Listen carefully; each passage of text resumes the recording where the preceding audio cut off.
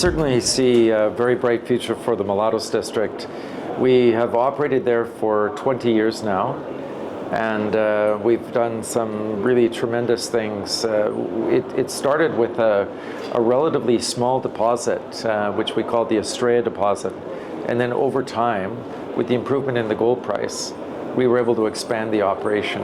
And ultimately, we spent quite a lot of money on exploration, and the exploration results turned up more deposits. And even though we started with 6 years of reserves to begin with, we've been mining now for 20 years, and we see a good 10 years of additional production ahead.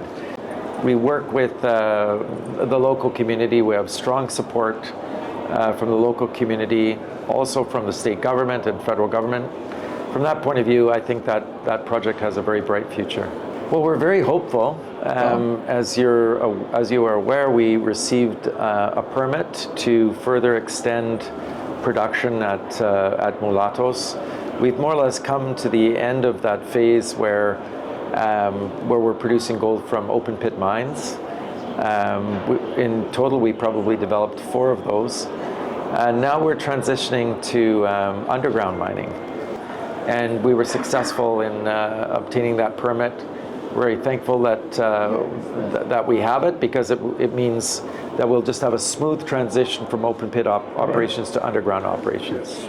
Not for the time being, but we're looking very carefully at how the administration is going to treat mining in Mexico. We think there's really tremendous potential. I've always thought the potential for resource development in Mexico was very, very good. But we've seen, since I've been the CEO of Alamos, I've seen 5 administrations come and go, and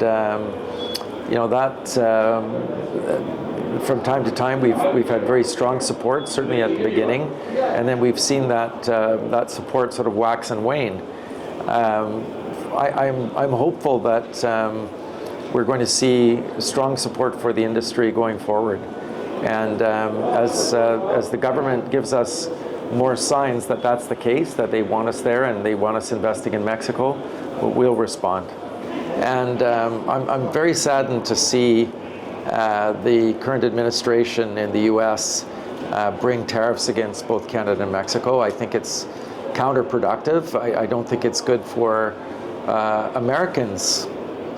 I don't think it's good for Mexicans and Canadians, but it's not good for Americans either.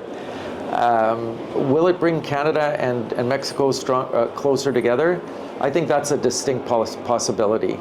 And I think that the chief economic activity that gets attacked, it's Mexican manufacturing, Mexican agricultural exports, these kind of things. They're going to suffer from these tariffs. But if you think about gold, it's different. Nobody exports gold to the United States. Gold is sold into the world market. So that business doesn't get affected in the same manner as those businesses that are exporting directly into the United States. So from that point of view, I think it would be smart of Mexico to encourage development of resource projects, so that they can take advantage of minerals that are produced and not necessarily exported to the United States in the same way that manufactured goods are. This company has always been entrepreneurial driven, and I suppose it started with me, because for the first 2 years I was the only employee of the company, operating it out of my home. One telephone line, one laptop computer. And my first 3 years, that's the way I operated it. I managed to raise $70 million in the market, working in that fashion in Toronto. Where we had employees was in Mexico. We had about a dozen people working for us in Mexico on the Mulatos project.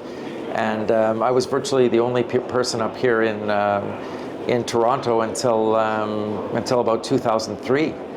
But from 2000 to 2003, I was operating on my own. So I think we have to not only encourage entrepreneurship in our industries, whether it be in Mexico or Canada. I think we have to recognize that without the proper incentives for the kind of risk capital it takes to get businesses going, economies don't thrive.